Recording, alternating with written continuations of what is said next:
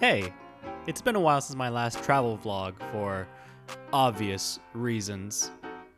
But it's been good to get out of the house and actually make some nice memories for once, in a place I never thought I'd be. Hawaii, land of beautiful beaches, beautiful views, and most generally being the capital of just vibing. I'd probably get a snack if I were you, because this is going to be a hefty long video, but it's going to be well worth it.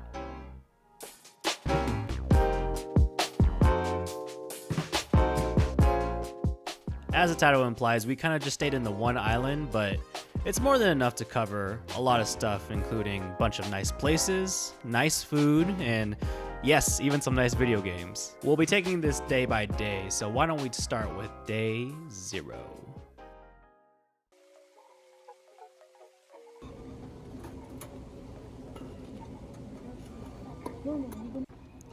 I gotta admit, it was a little bit exciting and scary at the same time. I know AJ is excited right there about going to Hawaii. It had been a while since we had gone out of the state. I think the last time I remember we went on a plane was about 3 or 4 years ago. And that really hit me hard when we were actually flying on the plane and I felt a little bit, I guess, airsick is the right word? Or maybe it was just the pilot being the pilot. The airlines here was very empty, temporarily closed, unable to serve you at this time. Feeling like a little like I'm covering a dead mall or something. On top of admiring these jewelry boxes that were empty, I was also admiring that no one was essentially here, but I can't really blame them because it was really early in the morning. Here we are going on our flight to Hawaiian Airlines, and I was so mesmerized by this guy's ukulele playing. Damn, look at him go. Look at him go. And of course, here we have AJ with her Tamagotchi and our liftoff right here. Now, while we're lifting off and flying over to Hawaii, I should probably mention the COVID-shaped elephant in the room and what process it took for us to get here. For Hawaii, they have a pretty strict guideline. They require people, I don't know if it's just Hawaii or it could be just a lot of places in general, but Hawaii requires a 72-hour prior check in terms of testing in order to be even considered to fly over to Hawaii, just to make sure tourism is safe and everything. Got a lot of cool waters here. Very nice, very chill.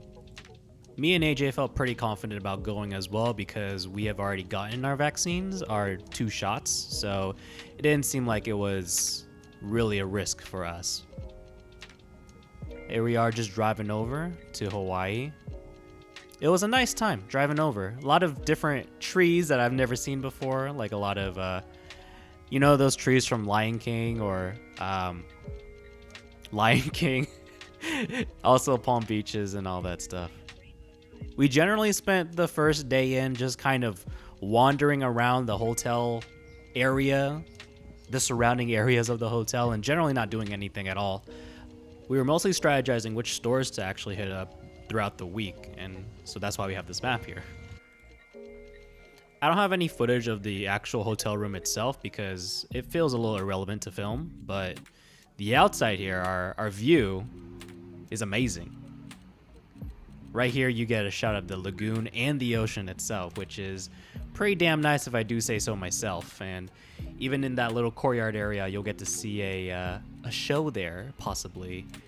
And that's where I stopped recording for the rest of the day. Well, until nighttime at least. Didn't really feel like there was anything else to record during that time and now, but here we're just kind of getting a good look at the beach that's right next to our hotel, and the sand proved to be pretty troublesome. A lot of dead coral on the sand, kind of similar to stepping on a bunch of Legos, but it is how it is. Pretty nice beach in terms of, I guess, views, but not so great to walk on, I guess.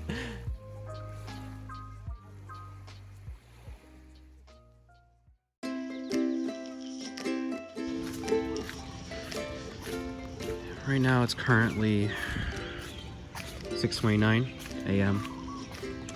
Just walking around. It's pretty brisk right now, about 70 degrees in Hawaii. It's been like that all night. A lot of people are already out for walks or jogs, and it's pretty nice. I kind of like it. These are my people. As you saw before, it was 6:30 in the morning when I came out here to walk around, but I was still in Californian time, which is around 9:30 in the morning, so I was able to wake up pretty easily. Just a nice shot of the beach out here. I was just walking around and making sure that I had taken everything in of the first day before we did our other activities. It's really nice to see the beach with not a lot of people there, or virtually no one there. I even had the chance to even meditate here for a little bit, and it was very relaxing, very nice. The beach itself is not too remarkable.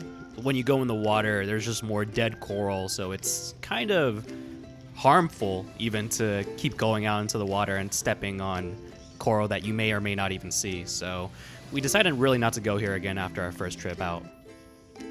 If you have never been to Hawaii before, you'll see a bunch of Japanese translations either directly below or next to a lot of the English text. This leads me to believe that a lot of Japanese people love to frequent Hawaii, as, you know, who wouldn't? If you ever watched the series Terrace House and wondered why they went to Hawaii, I think that's your answer right there.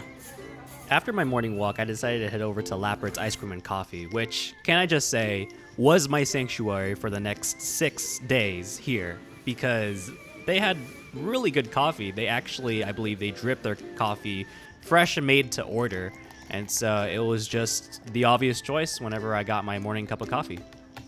After struggling to open the cap of the lid for a little bit, I decided to film myself and tried to even do a little bit of a cheeky drink review. If you want to be fancy, hold your pinky up like this.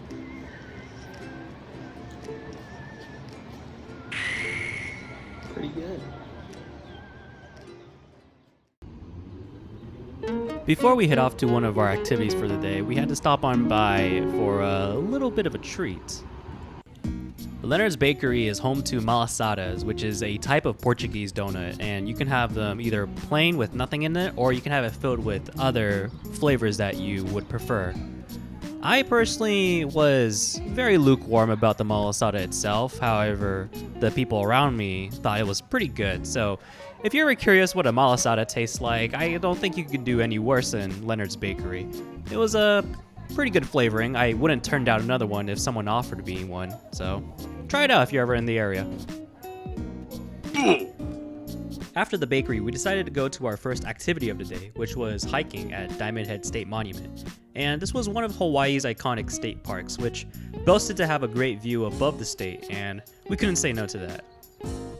Here's ourselves right now, going in front of the iconic Diamond Head State Monument sign. Look at that. Nice view. The hike itself was pretty arduous. It was a 2-hour hike round trip, but hiking in 80-degree weather with Hawaii humidity was so grueling. At times when people weren't around, I had to take off my mask to even breathe because it was so difficult.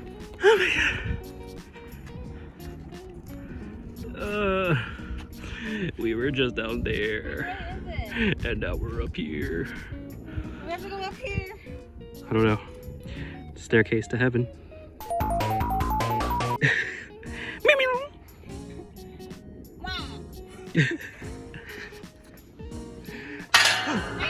When we finally got to the top of the mountain, the view looking down was just spectacular. And while the hike itself was difficult and annoying, I had some pretty good photo ops along the way. Nice shot! Overall, if you're looking to do something in Oahu and you're looking for a casual-ish hike, this might be a good thing to do. I'd recommend going in the morning as soon as possible, or probably around 4 p.m., about the last time that they let people up the mountain. I think both of those times might be the least sunniest. Least sunniest? I don't know.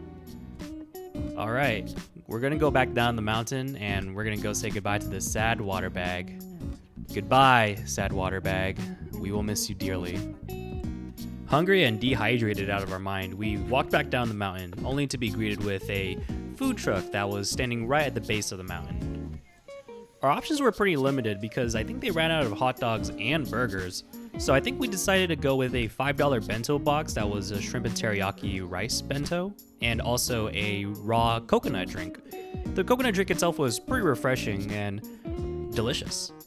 The bento box, on the other hand, was it was $5, so it did the job done, I guess. Come on, let's go to Walmart. Yay, Walmart time. Just making a quick pit stop at Walmart so we can get ourselves souvenirs for our friends. And I did not expect this much chocolate in this aisle. I'll just let ourselves take over. That's a lot. What was that? Which one do you want? Oh my god, they have Mac Nut Crunch? Mac nut. That's so good. Oh my god. There's so many. We don't find these in Oh my god. There was more up in the front too. Man, they really want you to buy this, huh? They probably have so much. Oh, we in trouble. Ohio. It's like a combination of my two favorite things. Chocolate and like milk chocolate crisp. Ooh. Agreed. Last stop for the night's gonna be KBBQ at Sura, Hawaii, and this was the only KBBQ restaurant that we went to in Hawaii. We liked it so much that we came back on the very last day, and there are a few reasons why that is. For one thing, this was the very first time that I'd seen this setup where the side dishes are surrounding the grill, almost right next to it. I think it's because the meat itself, when the oil comes down while you're cooking it, it also cooks the side dishes themselves, which gives it a nice KBBQ distinct flavor, and it was delicious. I do enjoy when restaurants give their customers and their locals free reign of vandalizing the entire restaurant. I don't know, gives it a little bit of a homey feel to it that this place has been very lived in. I especially liked this little vandalism here, and I bet you can guess why it made me chuckle so much.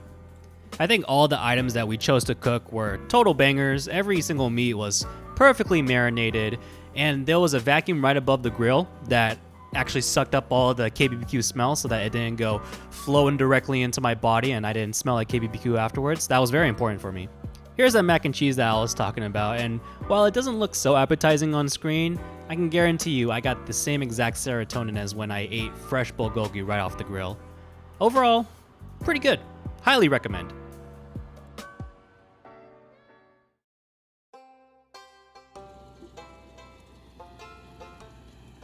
Back on the beach again in the morning because I'm still on Californian time, so it's taken me some getting used to for Hawaiian time. So I figured I'd go up for a morning walk and walk around with a camera and shoot some pictures possibly.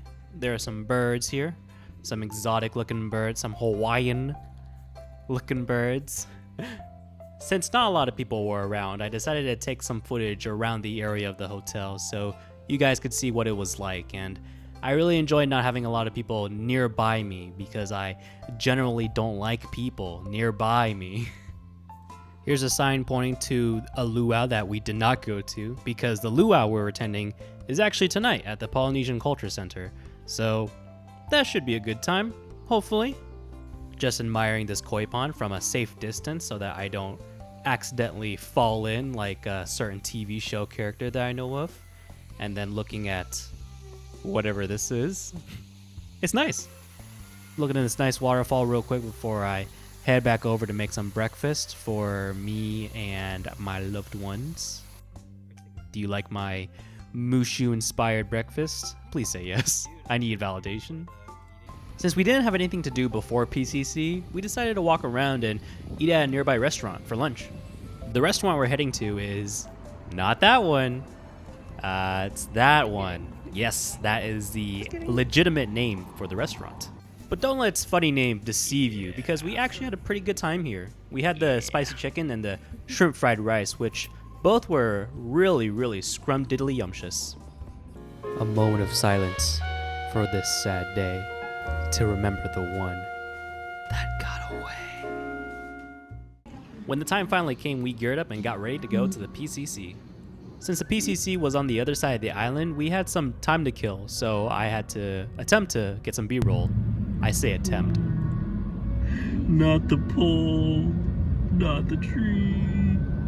I did manage to get some B-roll eventually, and it was honestly pretty pleasing to look at. It gave me a lot of Jurassic Park vibes, if anything. The Polynesian Culture Center had a lot of outdoor kiosks with a lot of shopping options, so a lot of clothing, accessories, jewelry, souvenirs, the works basically. And since we arrived a little bit later than usual, we weren't able to explore everything about the PCC itself, so if I had to go back, I'd probably explore a little bit more, maybe take my time. We were only able to do the dinner and the show only, so definitely worth coming back to probably another time. Here we have one of the standard gift shops that they had at the PCC, just your regular old standard Hawaiian souvenir shop with a car in it, because there's a car in it. A lot of tiki statues that were there that I was a little bit tempted to get, but didn't. And a lot of these hula dashboard things that kind of go back and forth to the point where the top shelf was kind of ricketing a little bit. It kind of scared me. Afterwards, we went to the Pounders restaurant in the PCC, and I got this ube sort of shrimp clam chowder type of deal. It was pretty good. I really enjoyed it a lot. It was something a little bit different for me, and I don't really regret getting it. And the ube bread itself, I didn't think would have a lot of impact on the food itself, but it got this nice vanilla flavoring that I quite enjoyed.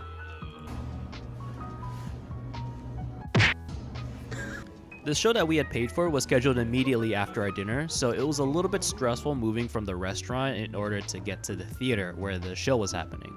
The show itself seemed to be in a sort of outdoor amphitheater and boasted to be one of the best shows in Hawaii.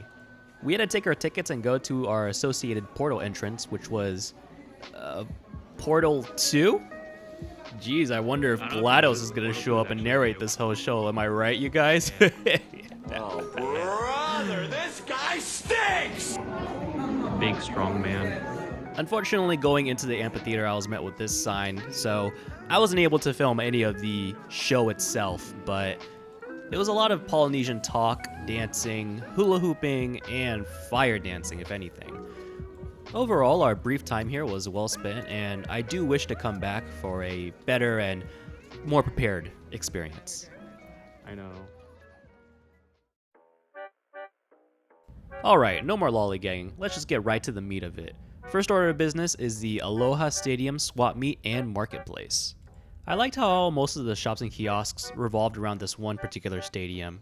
The website for this particular swap meet tends to advertise its 400 vendors, crafters, and artists, so I guess it's to be expected. It was definitely one of the hotter and more humid days of Hawaii, but I really liked looking around and just casually browsing through some of the wares that they had. The swap meet itself was very good at showcasing some of the local talent here, like these wooden carvings. While we were walking around, there was really nothing specific that caught our eye. It was mostly jewelry, clothing, and trinkets to be exact. But it wasn't until AJ's sister texted this image to us.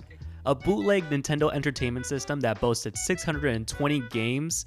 It doesn't even have the word Nintendo on it. I was so curious to actually buy it and see if it actually was good. The bad news was that we never saw it because I don't know if we had simply passed it or maybe the vendor had already packed up for the day. I'm not sure. The good news was that we actually ran into this game seller that sold a bunch of old retro games. Anything from PS2 to Xbox 360, Nintendo 64, Atari. He just had a bunch of games and consoles lying around in these little plastic bins. Oh, shit, I'm sleeping. I can buy it for you if you want it. Oh, wait, what's this? Wait. What is this? It's a laser disc. I'm too young to know what that is. They have like straight up game systems in here. Ooh, a zapper.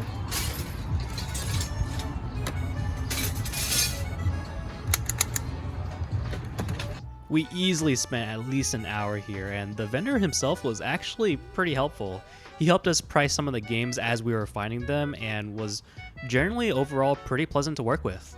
I unfortunately didn't get to record it, but he showed us one of his hidden treasures that he had in the store, a sealed copy of Pokemon Emerald in the box. He gave me his eBay account username before this video, but as of this video, it seems to have not been registered as a user anymore, so I hope he's either okay or he's doing pretty well for himself. You're good? I'm gonna film for like what I got at that store. So here we go. GameCube, chilling for 30 bucks. Real nice party animal. We got Spirit Tracks. This one paid me. This was 80 bucks, but it is hard to find. This one looks like comes in like a little drug bag, and it doesn't have the label on it. the Mario Hoops 3-on-3. It doesn't even say Mario Hoops. It just says Mario 3-on-3 or 303. Got that for 5 bucks. Pretty good deal. Spent like an hour there. We did. I love it. I really wanted to buy some more games that I saw there, but I didn't really want to overspend because I could see myself easily spending over 300 bucks on just that seller alone. We're moving on to the Royal Hawaiian Center, but not before we get a good look at this Kamehameha Highway. Actually, not the Dragon Ball kind. It's Kamehameha, you know, King Kamehameha of the Hawaiian Islands. He's even got his own statue in Animal Crossing, so a pretty important figure, I'd say. The Royal Hawaiian Center is more of a high-end district, so definitely a far cry from the swap meet that we just came from. I would go on record just to say that this place was a lot more boring than the swap meet. Where the swap meet had actual interesting local items, this place had a lot of high-end, like I said before, it's very expensive stuff that even if we did want something, we just couldn't afford it, or, I mean, want to afford it. One overarching thing I did like about this place was, well, the architecture. Actually, I've noticed that in all of the Hawaiian places we've been to, even our hotel and our airport as well. The Hawaiian architecture has sort of this 1 foot inside, 1 foot outdoor, just to probably get a feel or connect with nature a lot more, and I quite like it. Here we are in the H&M here, inside this area, and yep, just your old run-in-the-mill H&M, but they got this really cool neon sign, which I filmed, and, you know, it's nice. I also got our outfits for the day, if you were wondering what we had looked like throughout the day.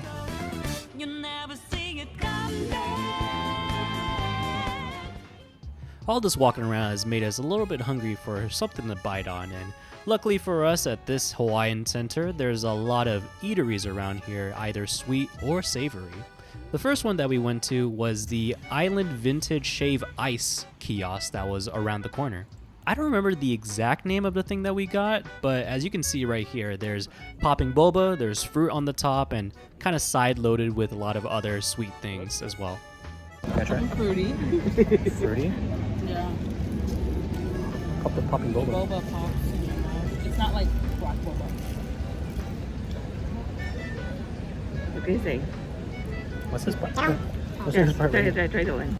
I think the tree itself was pretty refreshing, especially on a hot day like this, but I'm not sure if I can justify the $8 or $9 price for this thing. I guess if you're a fan of shaved ice, it's good, but I would rather just take the cold water. Our dinner plans got shifted around just a little bit. Initially, we were about to go to this place called Doraku, which was a sushi/Japanese restaurant, but the wait was about 30 minutes, so we went to Suru Tontan Udon Noodle Brasserie. Ooh. They gave us a seat right away, and judging from the decorations on the wall, I mean, it looks like denim. Is it not denim? I'm not too sure. They seem to have your typical fare of what Japanese restaurants would contain, except that they gear towards heavily on the udon side of things. There were a lot of good contenders for my dinner of the night, but I think we decided to go with a uni cream udon, which roughly translates to sea urchin udon, which, I mean, it looked good, it sounded good, and we were not really prepared for how big this thing was gonna be. It's good enough for 2 people. Yeah? Look at that spoon though, dang. Is this the proper way to eat it? I actually don't know. Oh, thank you. I think the udon that we got was pretty good, and the sushi that I got to pair with it was also pretty good. I think my only gripe with it is that along with the udon noodles, there was also these translucent white onions as well. So when I thought I was biting into an udon soft texturous noodle, I was actually crunching a hard white onion, which was not good.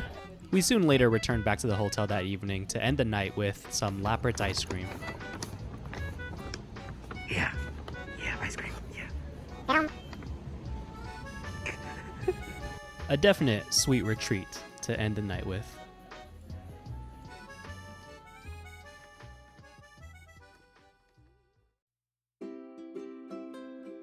Today we're on our way to the Dole Plantation, which I feel like is a big tourist trap. I did not really, well, spoiler alert, I didn't really enjoy my time at Dole Plantation. I just feel like there was not a lot to do in terms of activities.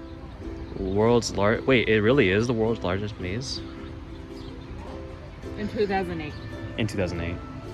You could tell it's a very passive and family-friendly location because when you boil all the activities down, I can really think of only 4 things to do.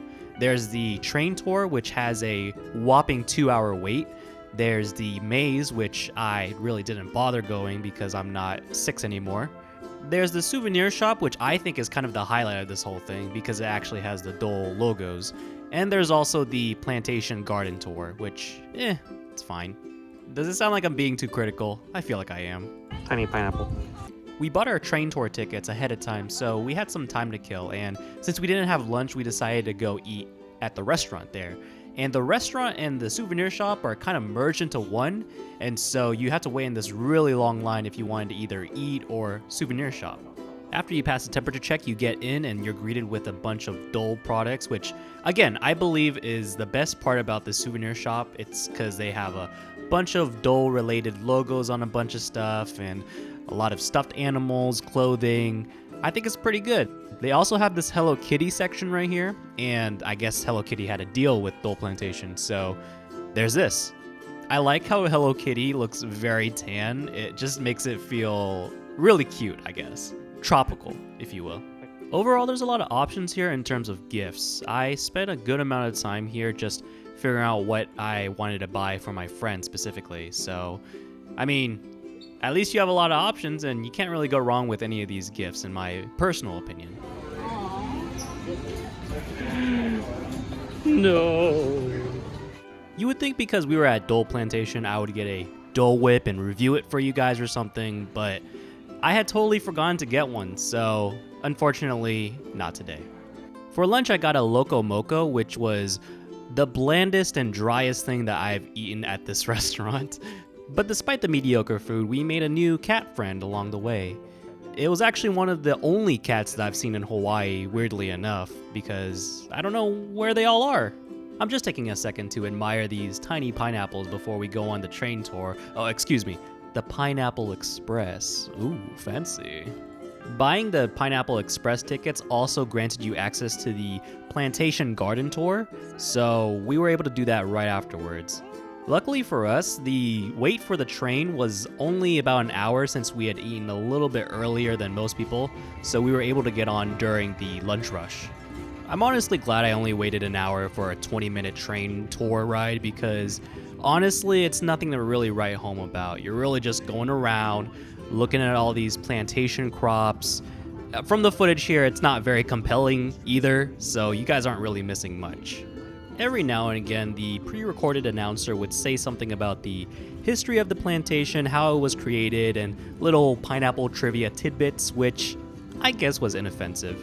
Honestly, the only interesting thing about our ride was that there was a big German family in the cart ahead of us that I think the dad and the daughter, the teenage daughter, kept taking off their masks to the point where the employees would have to keep reminding them to not take off their masks and even had stopped the train at one point. It was annoying and hilarious at the same time. It was annoyingly funny. We're going to be saying goodbye or aloha to that severe disappointment and move on to the Green World Coffee Farm. This was only a 5-minute car ride away from Dole Plantation, and being a big coffee guy myself, I couldn't feel but have an emotional attachment to this place already. They got a coffee bar, a coffee farm, coffee samples, and what you're seeing right now, the entire coffee souvenir shop. Personally, I would say I like this place a lot better than Dole just because there wasn't that many people when we came, so there wasn't any lines or anything like that to deal with. I'm going to go out on a limb and say they get most of the revenue from people who obviously weren't entertained by Dole Plantation.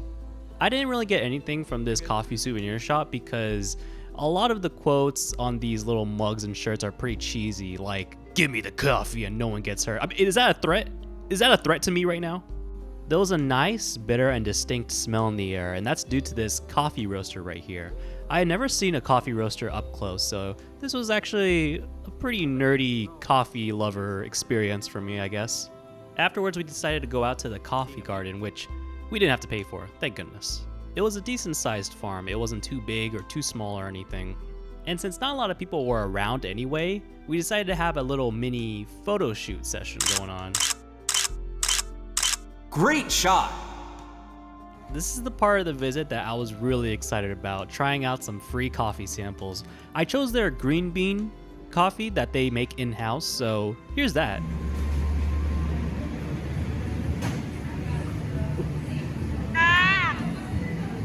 Is it good? Oh, that's hot. That's hot. Like that? Now that's fancy! Are you trying another sample? I want to try the chocolate raspberry one next. Is it weird if I want to try all of them?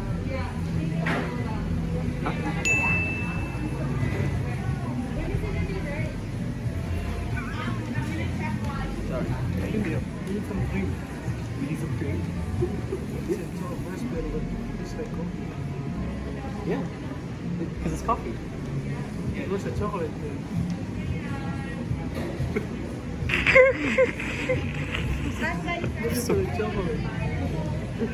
On the way out, I decided to get a chilled Frappuccino because it was also hot that day. Here are some of those cheesy coffee quotes I was talking about earlier. "I don't make coffee, coffee makes me. Coffee because adulting is hard." This is why I didn't buy any of the souvenirs, because every single souvenir had some sort of quote like that. Anyway, here's your local friendly tip jar, posing a very existential question. Which one would you pick? I'd probably pick the ketchup. Anyway, got my coffee chino, so it's time to get on over to the Waimea Bay Beach. Apologies for not filming much because, well, I'm on vacation. I'm trying to have a good time over here. It was a pretty good way to wind down after walking around for so long.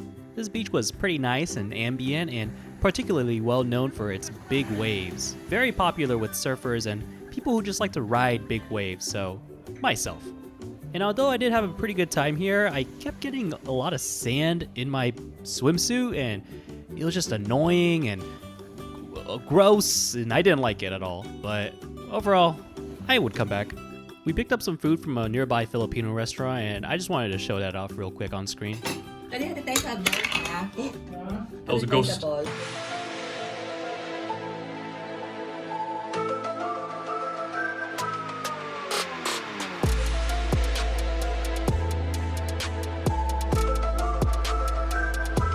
Whoa, sorry. I feel like I blacked out for a second there. Oh, I can see the steam coming from the rice. I got this little pineapple stress ball dude from Dole Plantation. Just testing it out. We wanted to get ice cream for the night, but Lappert's was closed, so we walked 5 minutes over to the nearest hotel, which was LAKEY Hotel, and they had Dave's Ice Cream, which boasted a 4.5 on Yelp. It was a very quaint little ice cream shop, no lines or anything like that, and a good amount of flavors to choose from, so overall, a pretty good place to stop by for ice cream. I really like the pictures here on the left because there's one guy on the left right here and the one guy who's just, honey, please. If you're wondering what flavor I got the Hawaiian mud pie, which was coconut coffee, fudge, and Oreo cookies, and you know that's just right up my alley. AJ got ube ice cream, and I think when they scooped up both of our scoops, they were pretty big. I mean, look at this woman go to town on my scoop. It's just the one scoop we ordered, remember that. Overall, it was pretty good. I'd go here again. It's definitely earned its title of being one of the best ice cream places in the area. Another day conquered, another cone of ice cream devoured.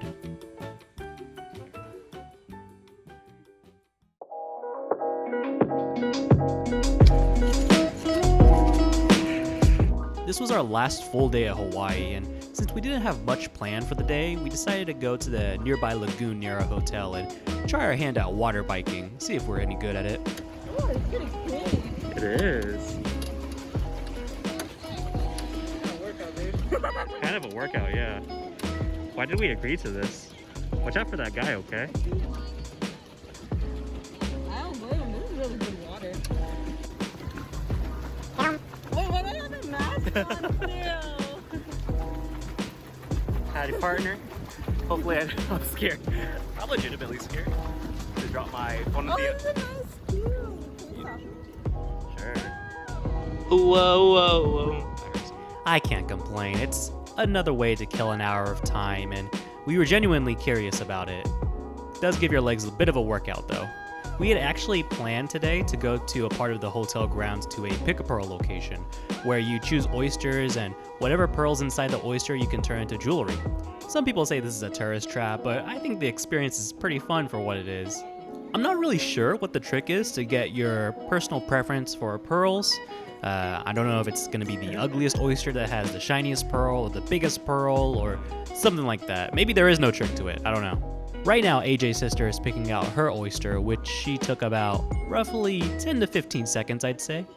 On the other side of the spectrum, judging from the footage, I think AJ took about 3 or 4 minutes in total.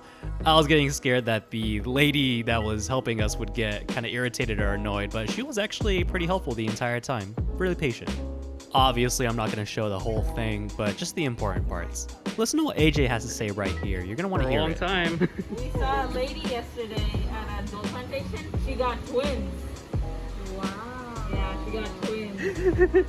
That's amazing. Yeah. Yeah, that's all. You want me to help? No. Okay.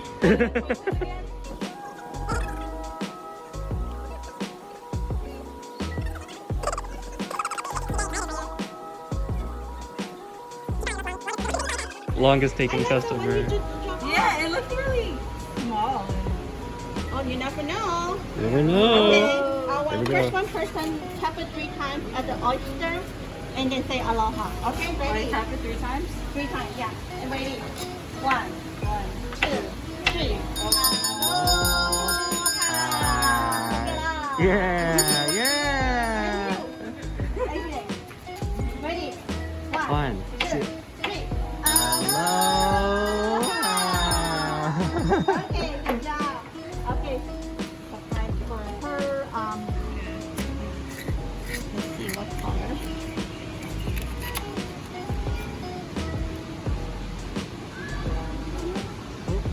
Get the meat in there. Oh, that's a huge thing. Oh my god. It's a pink color, look like. Ooh. Wow. Okay, hold on. I'll go open her pearl. Huge. I will go. also compare the pearl you have. AJ. Oh, oh,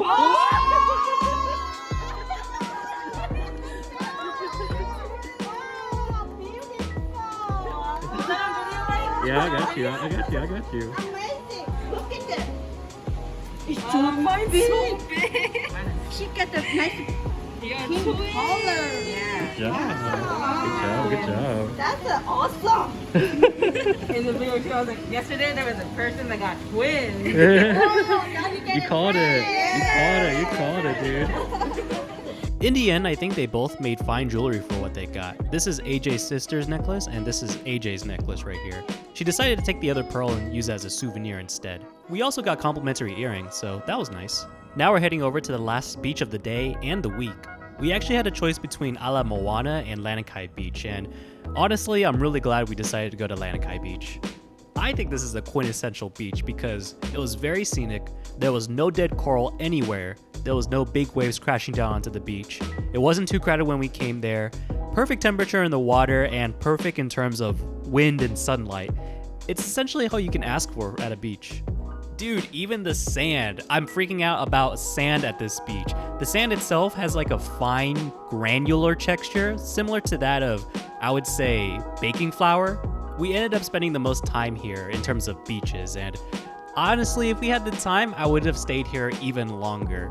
I highly recommend, highly recommend if you ever go to Oahu, Lanakai Beach is your place.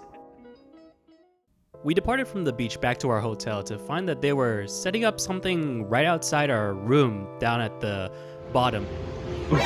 Lay spotted. It was an exclusive luau, I'm assuming for hotel guests that had purchased specific travel packages. Well, anyway, we decided to go to the ABC stores around the hotel grounds to buy some souvenirs for our friends. They had a promotion at this store that if you purchased over $100, you can get a free gift like this Hawaii Hello Kitty little bag. Here I'm showing off what I got. I got a little Gudetama playing guitar, and I got a little Gudetama playing a guitar, because why not? We also got a tan Hello Kitty, just for one of our friends. And then for me and my boys, I got little hula girl dashboards, so that's fun. Also, this Kamehameha statue for another one of my friends. You remember Kamehameha? I hope you remembered, it was on the test. We shopped for a little bit and then came back to see that they were actually performing the part of the luau that was the hula girl dancing and, most importantly, the fire dancing. This was the part where I felt like we got a sort of free show going on here. Do it. Yeah. Yeah. Yeah. So here we are, back at it again at the KBBQ. I know, I already have footage for this place, and I'll try not to repeat myself, but there was a new table that we were at, and there was some scribbling on the table right here that I thought was pretty cool. I think low-key my entire reason for coming back was that mac and cheese, man. That mac and cheese. Here's a interesting drawing. Oh my. Do I censor this? Am I gonna get in trouble? Here's a more detailed look at that menu. My personal favorite was the kalbi and the brisket. Man, they were both really good. I most definitely got really fat just from this place alone. Here's me trying to attempt to get the mac and cheese. Come on, buddy. You got it. Almost there. There you go. Perfect. After we finish our leftover foos, we decide to go back to the hotel and sober up for tomorrow's departure.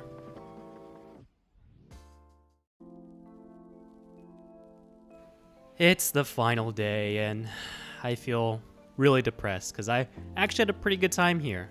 Wish we had stayed longer or maybe hopped to other islands. Yeah, that's exactly how I feel too, AJ. Personally, I haven't been to Hawaii since I was 5 years old, so this was kind of like a new experience for me all over again, and it was definitely nice. Let us say goodbye to Ground Patrick Star. Goodbye, Ground Patrick Star. It's crazy to think that before this I hadn't really left the country in a really long time. Well, I know Hawaii is still part of the United States, but mainland United States, I should say. I guess what I'm trying to say is I really appreciated this vacation, and it made me forget about a lot of normal day-to-day things, especially due to last year's chaotic events, I should say. We departed from Hawaii, going back to our SFO airport, and arrived very safely and had a good flight. I want to take this time to thank you for watching throughout my entire video. This thing is over 40 minutes long, so if you really watched the whole thing, you must really like me, huh? We have Disneyland tickets for this July, so hopefully I should be able to cover a video on that soon. Other than that, I hope you guys are doing safe, and make sure you take care of yourselves out there. See ya.